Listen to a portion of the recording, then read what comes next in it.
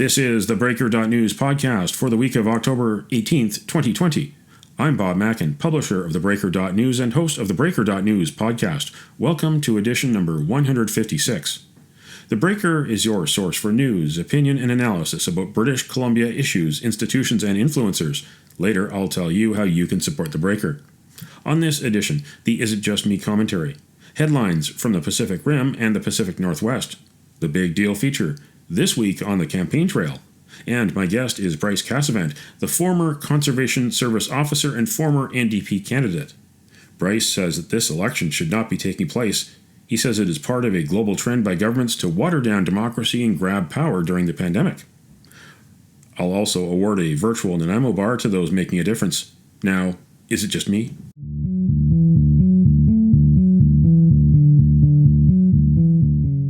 Is it just me, or do you want your government to decide what you can read, watch, or listen to? The October 24th election was supposed to be in October next year, but John Horgan wanted to get a majority sooner.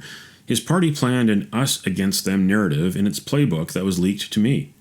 An election is about being divisive. But is the time right when BC is suffering the second wave of the coronavirus pandemic? Dr. Bonnie Henry's "Be kind, be calm, and be safe" is the pandemic mantra in BC. But an election campaign is neither kind nor calm, no matter where it's held. On October 16th, the NDP called for the firing of New Westminster BC Liberal candidate Lorraine Brett. Brett's crime? Tweeting in favor of J.K. Rowling's controversial Reasons for Speaking Out on Sex and Gender Issues essay last June. The Harry Potter author has become a lightning rod for those who say she is transphobic. She insists she is not. Brett and the BC Liberals say they support the LGBTQ community, but that's not good enough for some in the NDP. The culture war is happening on the BC campaign trail. Where will it go next? If the NDP gets a majority, will there be a slippery slope? Will authors, musicians, and filmmakers whose opinions don't correspond with the governing party find themselves cancelled? BC's Human Rights Code bans discrimination on race, color, ancestry, age, religion, disability, sexual orientation, and gender identity. The Charter of Rights and Freedoms, Canada's supreme law, protects freedom of thought, belief, opinion, and expression. What do you think? Email Bob at theBreaker.news.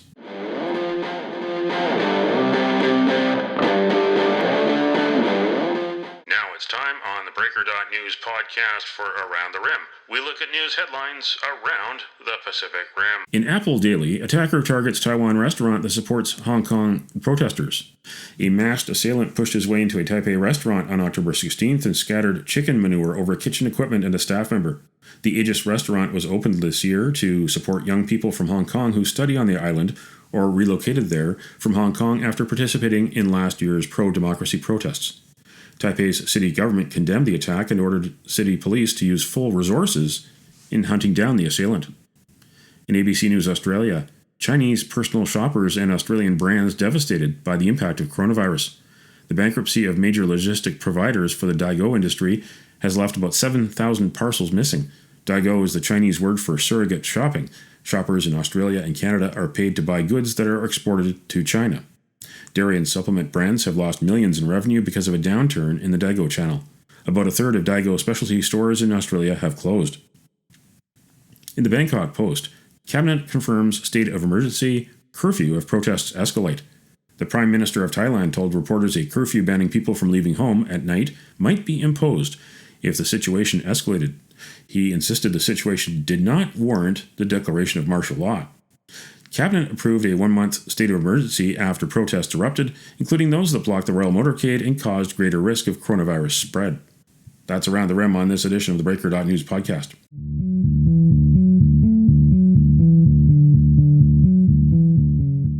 Now it's time on the Breaker.news podcast for Cascadia Calling. We look at news headlines around the Pacific Northwest. In the Oregonian, Portland protesters topple statues of Theodore Roosevelt and Abraham Lincoln.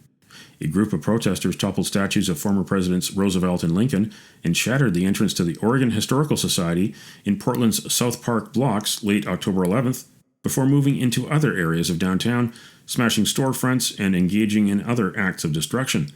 Protest organizers have promoted the event on social media as an Indigenous Peoples' Day of Rage. President Donald Trump called for arrests and federal intervention. In the Seattle Times, Lummi Nation withdraws from AstraZeneca COVID-19 vaccine trial. The tribe, Washington's third largest, cited ongoing communications challenges with AstraZeneca. Tribal members had yet to receive a vaccination as part of AstraZeneca's clinical trial. The AstraZeneca clinical trial remains on hold for investigation in the United States after a volunteer developed an illness.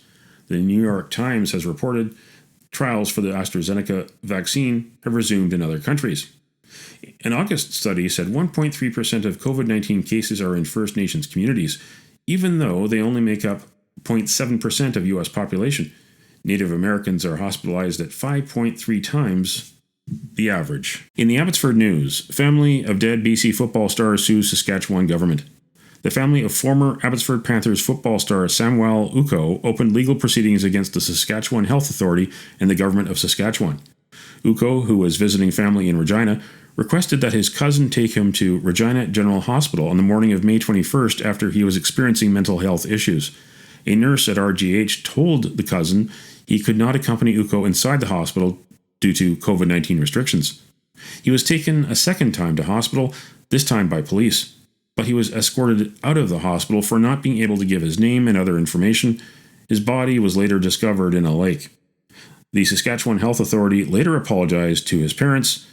Teammate Chase Claypool, a rookie phenom with the Pittsburgh Steelers, wears Uko's name on his wrist in tribute. This week in theBreaker.news, these headlines. Surrey Guildford BC Liberal candidate sued in land flap. Island Health recruits hospital workers for long-term care facilities despite single-site order. Inside the NDP government's frantic hunt to find N95 masks for doctors, nurses. Read the stories behind the headlines. Go to theBreaker.news.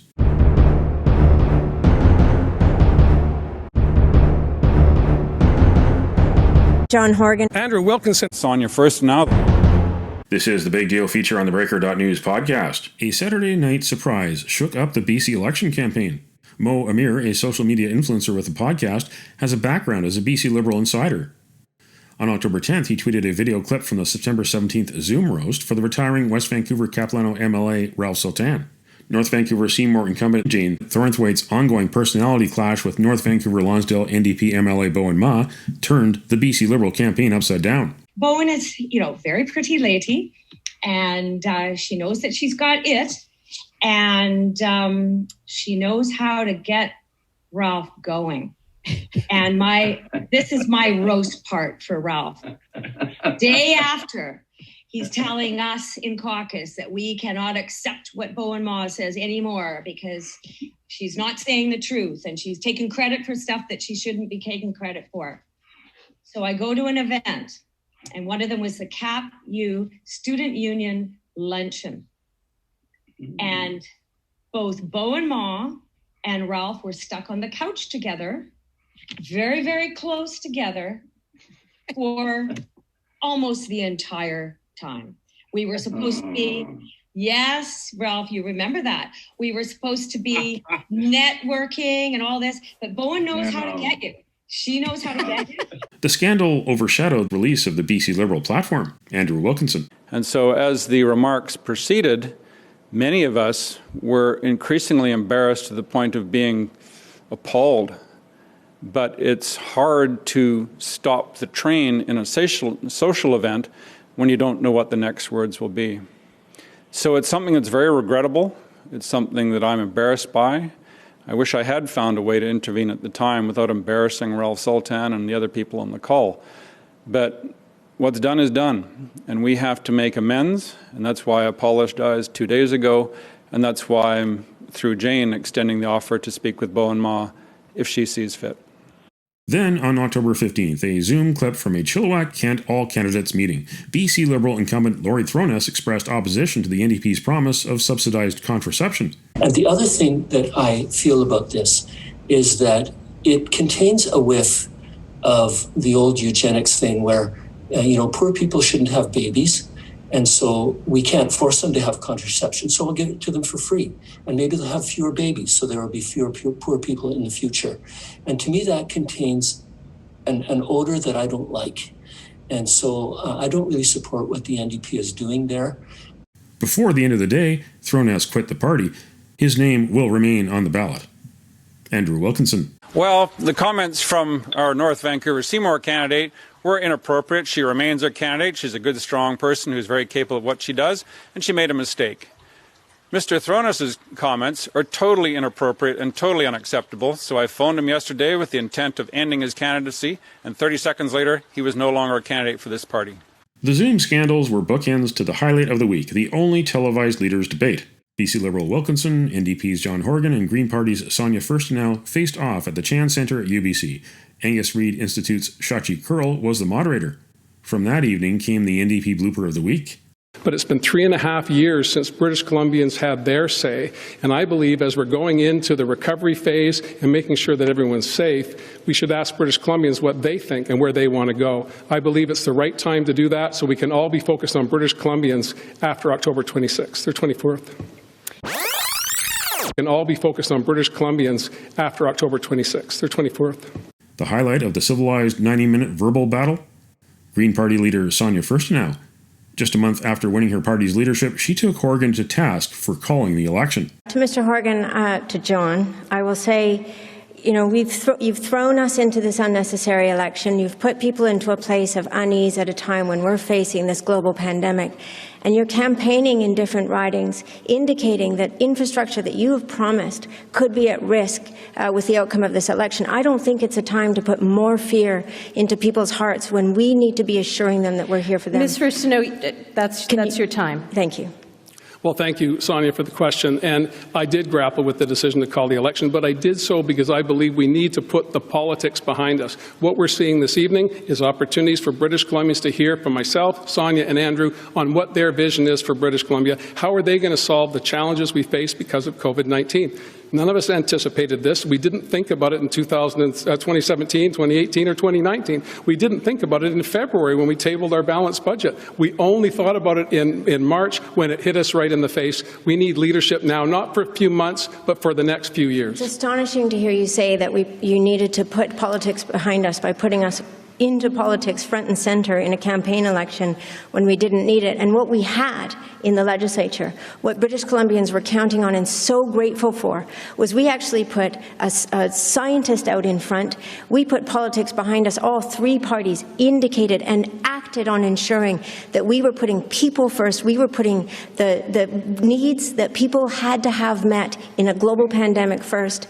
That's what we should be doing right now. That's what we're not doing. We're here on the stage debating things when we should be in the legislature making sure people are getting what they need. It's never a bad idea to ask British Columbians where they want to go and who they want to lead them. It is a bad idea when you break an agreement and you break the legislation. It was 3.5 years since the last election. That is an eternity with COVID-19. We need to make sure that British Columbians understand that we are going to stop this on the 24th of October and dedicate every ounce of our energy to making sure they're safe, making sure they're secure, and their families get through this. That's what we need to do. Us talking about how we get there is a good thing, not a bad thing. Asking British Columbians to choose is not a bad thing. I think what British Columbians need to understand is that you're willing to break your word, you're willing to break agreements, and you're willing to break legislation that you yourself passed in the legislature in order to put the interests of your party, in order to seek that power and that majority that you so want for obedience in the legislature. It's not about us, it's about British Columbians. It's about British Columbians. They deserve to have that support. That's time, Mr. Horgan. We're moving on. British Columbians concerned about China's foreign influence in BC politics and the human rights struggles of people in Hong Kong, Xinjiang, Inner Mongolia, and Tibet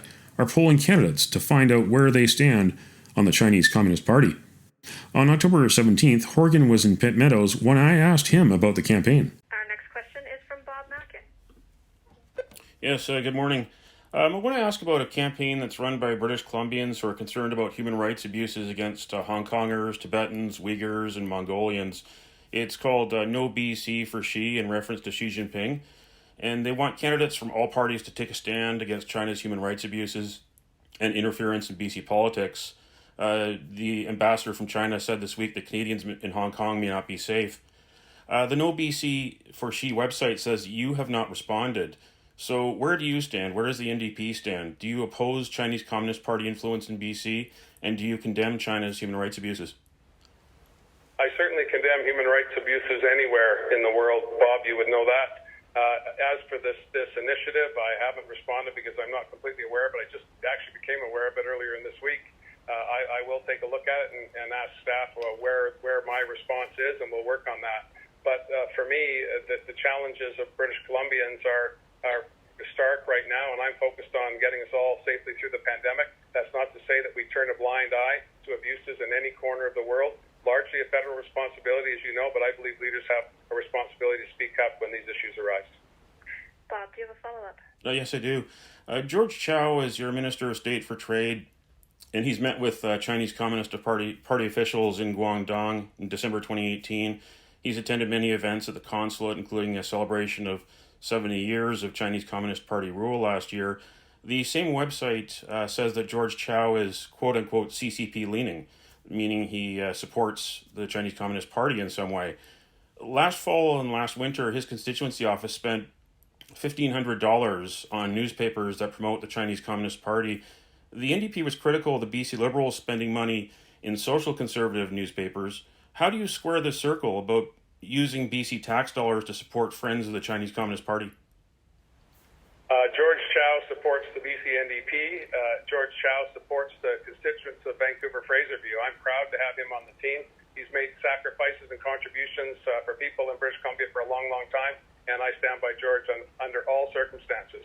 With respect to advertising in newspapers, this is news to me, and I'll have a look at it, and perhaps we'll get back to you. Thanks. That's all the questions we have. Okay. Cool.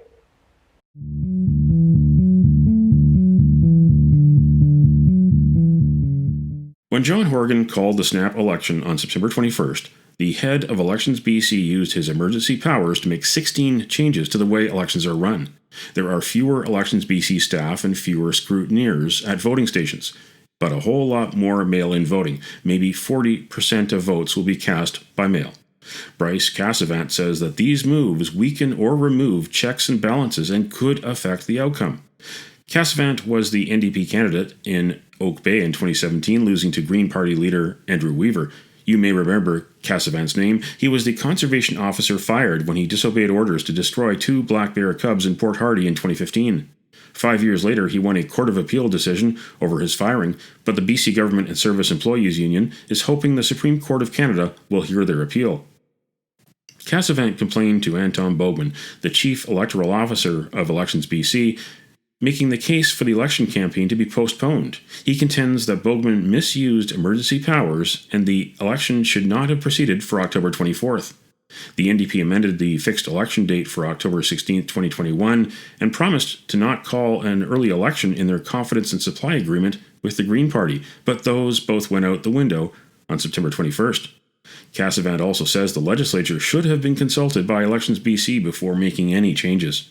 This is my interview with Bryce Casavant. Tell us, first of all, about this complaint, why you decided to make this complaint, and what the complaint is. We have to remember that this electoral proceeding that's happening right now is very rushed. And it is happening not under the Constitution Act and the fixed dates under our Constitution Act, which were previously agreed to, but rather in an alternative process, strictly under provincial legislation, under the Election Act. So the protective provisions under the Election Act that are there, once the legislature was dissolved, many of them have been altered by under an emergency power authorities of the Chief Electoral Officer. And when I say protective provisions, we're talking about scrutineers in physical voting locations. We're talking about the number of electoral staff actually supervising physical voting locations. We are talking about ballot security provisions, voucher, or what we would know as witnesses, vouching for people who can't show ID when they're voting. Many of these parameters of the Election Act, which are there to protect the integrity of the democratic process, they've been rewritten, not by the legislature, not by an amendment to law having gone through the legislature, but rather under emergency orders. So my complaint is challenging the manner in which the these emergency orders and emergency powers of the Chief Electoral Officer, one person, have been used. That's what my complaint is doing. I'm saying that when a single individual is allowed to essentially rewrite large portions of a statute outside of the involvement of the legislature and do so under an emergency power provision. This affects the integrity of the democratic process. And in our case in British Columbia, one of the orders that was issued, it's order number 008 for those that might be fact checking me later on, it actually contained a clause in it where it said if electoral staff, so Elections BC staff, if they don't think they can get a ballot back in time through the mail after it's been requested, they don't even have to send it out anymore. So that's a major red flag, because now we're essentially making what used to be a mandatory provision for a voter has a right to obtain a ballot, and it's a must clause in the legislation. Elections BC must mail a ballot to someone who properly requests it. Now, the chief electoral officer said, if we don't think we can get you one in time before this election, we're not even going to bother mailing it anymore. Well, this is extremely problematic. And just talk about the overall concept of having an election at this time when it should have been, by law, October 16th, 2021. We're seeing that rationalization of public safety, wartime style rule be applied in not an unforeseen issue, but a well-known issue that's within the prior knowledge. So we have states going, well, we have a health emergency, therefore, we're going to remove all your rights. Therefore, we're going to change our democratic and electoral process. Therefore, we're going to do X, Y, Z. And it is completely unprecedented, but it is a trend. And when it happens somewhere else, it's easy to dismiss. It's easy to ignore. But when it happens in your own backyard, you better be paying attention. And it's happening in our own backyard. It's happening here in British Columbia right now. We have an election happening right now under not our Constitution Act, which was previously agreed to under a confidence and supply agreement, not a scheduled election, but rather being rushed through under emergency orders and powers. And those orders that have been issued, A, contain errors, admitted errors, and B, are largely removing various protective provisions of our democratic process. Well, why does this matter? When that writ was dropped, the job of the chief electoral officer and the first thing going through the mind of him and his staff should have been, how do we comply with the law as it lays now? Not how do we change it to rush this through.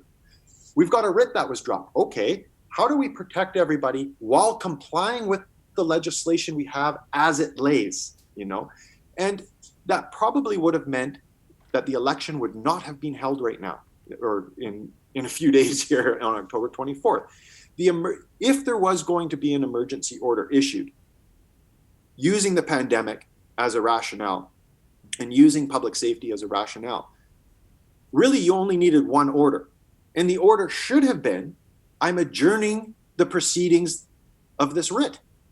And I'm consulting with my staff, and we've determined that we can't hold an election by the 24th while protecting everybody. Therefore, we're going to adjourn it until, pick a date in the future, until we have proper locations. Until, in accordance with the Election Act, we can make sure that all the parameters for scrutineers are there. We can make sure that the witness provisions are there. We can make sure we have proper staff supervising physical voting locations. We can make sure everyone's getting a ballot. Everyone has a right to vote. We can make sure that the ballot security provisions as outlined in the Act are being met. Instead of doing that, they changed all of the statutory protective provisions, altered them, in many cases, created errors in the process, and they're rushing it through. So they haven't complied, even though this election isn't happening under the Constitution Act like it should be. There was still protective provisions in the Election Act that would be protecting our democratic process, but we've removed them all or altered them. And that's the core issue of this election. That's the problem. What do you think that this campaign might lead to as a legacy for the future, for future elections? Are we going to see elections go back to the way they used to in normal times once this pandemic is over and once there is the next election? Or do you fear that our democracy may be changed forever because the politicians who are running in this campaign and who will succeed in this campaign might look at this as, again, a cookbook for future, that they don't have to do the things they used to do during past elections. They can look at 2020 and say, it worked in 2020, let's try it again. Yeah, I fear. And, that's why in my complaint, in my closing comments, I called it a cookbook for a modern coup d'etat, because it is a recipe for disaster. And, it is essentially paving the way for deviating from statutory democratic processes, deviating from essentially constitutionally agreed to electoral processes, which historically have had a fairly robust amount of integrity built into them by statutory design. And, for those who seek power, for those who get a taste of power and want to keep it, being allowed to deviate from those protective provisions and essentially experimenting with the democratic process and how to circumnavigate it is very, very dangerous. And that is, through history, how you end up in totalitarian rule.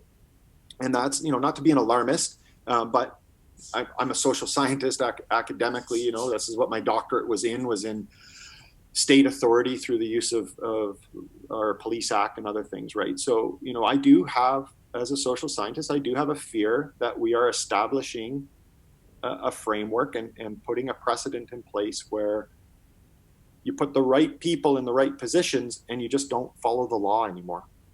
And that's a very dangerous place to be. Well, thanks again to Bryce Casavant for joining us on the Big Deal feature on the Breaker.news podcast. Former NDP candidate from the 2017 election, former member of the Conservation Officer Service. Chief Electoral Officer Anton Bogman reviewed Casavant's complaint, but disagreed. The election is proceeding as planned for October 24th. Elections BC says the emergency changes were necessary and done in concert with the Provincial Health Officer and WorkSafe BC to protect voter and worker safety and to adapt to the increase in vote by mail. TheBreaker.news confirmed that proof of Canadian citizenship is not required at the voting station. Photo identification is not mandatory, but even when photo ID is presented, the voter is not required to unmask. BC has no laws against ballot harvesting or ballot collecting, as they do in some U.S. states. What do you think? Email Bob at theBreaker.news. We're all in this together, and we've got to brave the stormy weather. You can count on us, we're your neighbor, and we're all in this together. The virtual Nanaimo Bar, brought to you by Spruce Hill Contracting. Every week we end the Breaker.news podcast on a tasty note by awarding the goodness of a virtual Nanaimo bar to a person or group that is making a difference. A virtual version of the province's favorite dessert bar goes this week to Abbotsford's Chase Claypool. Claypool caught 4 touchdown passes for the Pittsburgh Steelers in a single game in his second month as a rookie. In a fall without Canadian Football League play, it's nice to see a Canadian is an instant star in the National Football League. Nominate someone for a virtual Nanaimo bar. Send me an email to bob@theBreaker.news. Spruce Hill Contracting, custom homes and renovations. Find more information at sprucehill.ca. When your face is gone, you won't stand alone. We'll all stand together, 'cause this is our home. And it don't matter what color you are, 'cause love will conquer hate. So you won't stand alone. You won't stand alone.